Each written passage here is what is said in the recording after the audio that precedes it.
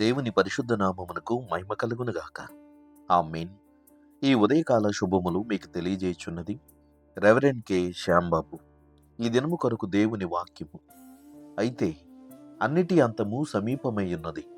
కాగా మీరు స్వస్థబుద్ధి గలవారై ప్రార్థనలు చేయుటకు మెలకువగా ఉండుడి. పేతురు రాసిన మొదటి పత్రిక 4వ అధ్యాయం 7వ వచనము. ప్రభునందు ప్రియులారా, ప్రస్తుత కాల పరిస్థితులు మనందరికీ బాగుగా అవగతమే. ఏదీ కూడా సరైన క్రమములో లేకపోవడం, అన్ని వ్యవస్థలు పరిస్థితులు అస్తవ్యస్తమైపోవడం మనకు తెలియకనే తెలుస్తున్నవి, చెప్పకనే చెప్తున్న అంశాలివి. అన్నిటికీ అంతం వచ్చి ఉన్నది అన్నట్లుగానే మన మనస్సులలోంచి ఈ నిరాశ నిస్పృహలతో కూడినటువంటి వచనాలు వినబడుతూనే ఉన్నాయి. లోకాంతము సమీపించున్నది. అది వాస్తవమే. పరిస్థితుల యొక్క ప్రభావము అలాగనే ఉన్నది. నీతిమంతులు లేరు. నిర్దాక్షిణ్యంగా ఒకరినొకరు దాడి చేసుకుంటూ నాశనపరుచుకుంటున్న పరిస్థితులు. మనము తలంచినదొకటి, జరిగేది మరొకటి. ప్రకృతి వైపరీత్యాలు, ఆకాశంలో జరిగేటువంటి పెనుమార్పులు, మనుషుల మధ్య ప్రేమ, ఆప్యాయత, అన్యోన్యత, క్షమాపణ, సమాధానం లేకపోవడం, వీటన్నిటికీ యొక్క సూచన యేసుక్రీస్తు రాకడ అతి సమీపమై ఉన్నది. ఇవి కూడా సంకేతాలే. ప్రస్తుత పరిస్థితులన్నీ కూడా మనము అధ్యయనం చేస్తున్నప్పుడు వాటి నుంచి మనకు అవగతమవుతున్న సంగతి ఏమిటంటే, ఇక భూమి మీద మానవ పరిస్థితులు లేదా మానవ జీవన నేపథ్యమునకు ముగింపు పలకవలసినది. వాతావరణం మారుతున్నది. ఎక్కడ చూచినా ఎటు చూచినా కూడా యుద్ధ వాతావరణమే. అశాంతి, అలజడి, ఆవేదన, నిరాశ, నిస్పృహలు, మరణాలు, ఒకరినొకరు పాడు చేసుకోవడం, ఒకరినొకరు వంచుకోవడం, ఇట్లాంటివన్నీ కూడా ప్రస్తుత కాల పరిస్థితులలో మానవత్వం లేకపోవడం, మనుషులుగా కంటే మృగాల కంటే మరి ప్రమాదకరమైన పరిస్థితులు ఎదుర్కొంటున్నాం. ఇవన్నీ పరిశుద్ధ గ్రంథము ఏనాటి నుంచో చెప్పుకుంటూనే వస్తున్నది. అయితే చాలా మందికి విని విని బోరెత్తునట్లున్నది. చాలా మందికి చెప్పి చెప్పి విసుగెత్తునట్టున్నది. కనుకనే మనుషులు ఇక ఏమీ కాదులే, మన పరిస్థితులు బాగున్నాయి అని అనుకుంటూ చేత దేవుడిచ్చినటువంటి ఈ సూచనలను పాటించక నిర్లక్ష్యంగా వారి ఇష్టానుసారంగా ప్రవర్తిస్తున్నారు. అయితే క్రైస్తవ విశ్వాసులకు ప్రభు ఇస్తున్న ఆత్మీయమైన సూచన ఏమిటనంటే, ఇవన్నీ మీరు చూచినప్పుడు ఇవి కూడా సహజమే అన్నట్లుగా మీరు వాటిని చులకనగాను లేదా సామాన్యంగా తీసుకొనవద్దు. మీరు స్వస్థబుద్ధి గలవారై ప్రార్థనలు చేయుటకు మెలకువగా ఉండుడి అనే మాటను హితవు తెలియచేస్తున్నాడు పేతురు గారు.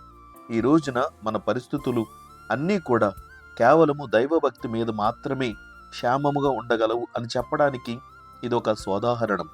మనము మంచి బుద్ధి కలిగిన వారమై ఉండాలి. ఇతరులే వారిని కూడా ద్వేషించి దూషించి మరొకరిని పాడు చేసే ఆ దుర్బుద్ధి మనలో ఉండకుండా జాగ్రత్త పడాలి. ఎందుకనంటే దేవుడు బుద్ధిమంతులను, జ్ఞానవంతులను, వివేకులను, నీతిమంతులను గమనిస్తున్నాడు. కనుక ఆయన తీర్పు తీర్చు దినమున లేదా దేవుడు ప్రత్యక్షమవునప్పుడు నీతిమంతులు, బుద్ధిమంతులు, జ్ఞానవంతులు, దైవభక్తి కలిగిన వారు కాపాడబడడానికి ఓ చక్కటి అవకాశం ఉన్నది. కనుక ప్రస్తుత పరిస్థితులను అన్నిటినీ అధ్యయనం చేస్తున్న మనము కృంగిపోవుట కంటే దేవుని సన్నిధిని ప్రార్థన చేయుట ప్రధానమై ఉన్నదని సంగతిని మనము గ్రహించాలి. కాబట్టి పరిశుద్ధ లేఖనాలలో సాక్షాత్తు యేసు ప్రభువే ఈ మాటలను తెలియజేస్తున్నారు. మీరు యుద్ధములను గూర్చియు యుద్ధ సమాచారములను గూర్చియు వినునప్పుడు కలవరపడకుడి. ఇవి జరగవలసి ఉన్నవి గాని అంతము వెంటనే రాదు.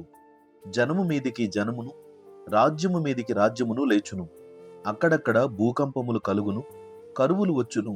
ఇవే వేదనలకు ప్రారంభము. మిమ్మును గూర్చి మీరే జాగ్రత్త పడుడి అనే వాక్యమును తెలియచేస్తున్నాడు మత్తయి సువార్త 13వ అధ్యాయము 7-8 వచనములలో. కాబట్టి ప్రియ సహోదరి సహోదరుడా, పరిస్థితులు ఏమాత్రము మంచిగా ఉంటవి అని చెప్పడానికి లేదు. అదే పౌలు భక్తుడు కూడా తెలియచేస్తున్నాడు. ఎఫెసీ పత్రిక 5వ అధ్యాయం 15వ వచనములో, దినములు చెడ్డవి గనుక మీరు సమయమును పోనీయక సద్వినియోగం చేసుకొనుచు అజ్ఞానుల వలె కాక జ్ఞానుల వలె నడుచుకున్నట్టు జాగ్రత్తగా చూచుకొనుడి అని వాక్యమును తెలియచేస్తున్నాడు. కాబట్టి మన జీవిత అంతమునకు మనము సమీపముగా ఉన్నాము కనుక ఇది ప్రార్థించే సమయం. అంతేగాని విచారపడుతూ కూర్చున్న చోటనే కూర్చుండిపోక విశ్వాసముతో ఈ జీవన యాత్ర ప్రభువును గురిగా పెట్టుకుని ముందుకు సాగుట శ్రేయోధార్యం. కాబట్టి స్వస్థ బుద్ధి కలిగిన వారై మన సాక్ష్యాన్ని కాపాడుకుంటూ మన పరిశుద్ధతను దేవుని సన్నిధిని కనపరుచుకుంటూ ఆయన ప్రత్యక్షము వేళ ఈ లోకం అంతమయ్యే సమయానికి మనము దేవుని ఎదుట నిందారహితులుగాను నిర్దోషులనుగాను మనము జీవించి పరిశుద్ధమైన దేవుని రాజ్యమును కైవసపరుచుకొనవలసిన వారమై ఉన్నాం. కాబట్టి ఆత్మీయమైన ఈ విషయముల యందు ధ్యాస నుంచి ప్రస్తుత పరిస్థితులను బట్టి చింతింపక ఆత్మ మనో నిబ్బరమును కలిగిన వారమై ప్రభువును స్తుతించుచు కొనసాగుదాం. పరిశుద్ధ ఆత్మదేవుడు అట్టి మనోధైర్యమును పరిపూర్ణమైన విశ్వాసమును మనలో కలుగచేసి నిత్య రాజ్యమునకు మనలను సంరక్షించి సంపూర్ణమైన సిద్ధపాటును దయచేయునుగాక. ఆమేన్. ప్రార్థన. ప్రేమ కలిగిన తండ్రి, ఘనమైన దేవ, నీ పరిశుద్ధ నామమునకు స్తోత్రాలు.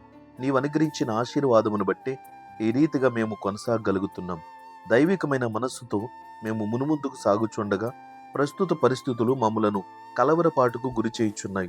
ప్రభువా, ఎక్కడి నుంచి ఏ ఆపద మాకు కలుగుతాదో, ఏ వ్యక్తుల నుంచి, ఏ పరిస్థితుల నుంచి మేము హానికరమైన పరిస్థితులను ఎదుర్కొనవలసి ఉన్నదో తెలియని నాయన అయోమయ స్థితిలో ఉన్నాం.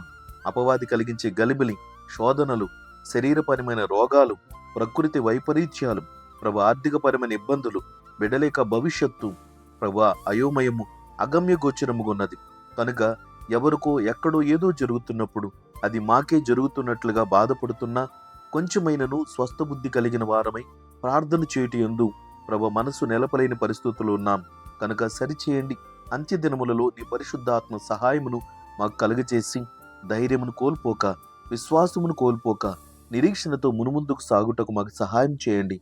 ప్రభు ఈ దినమందు తమ పనిపాటలను, ప్రయాణములను కొనసాగిస్తున్న బిడ్డలకు నీ కృపతోడుగా ఉంచండి.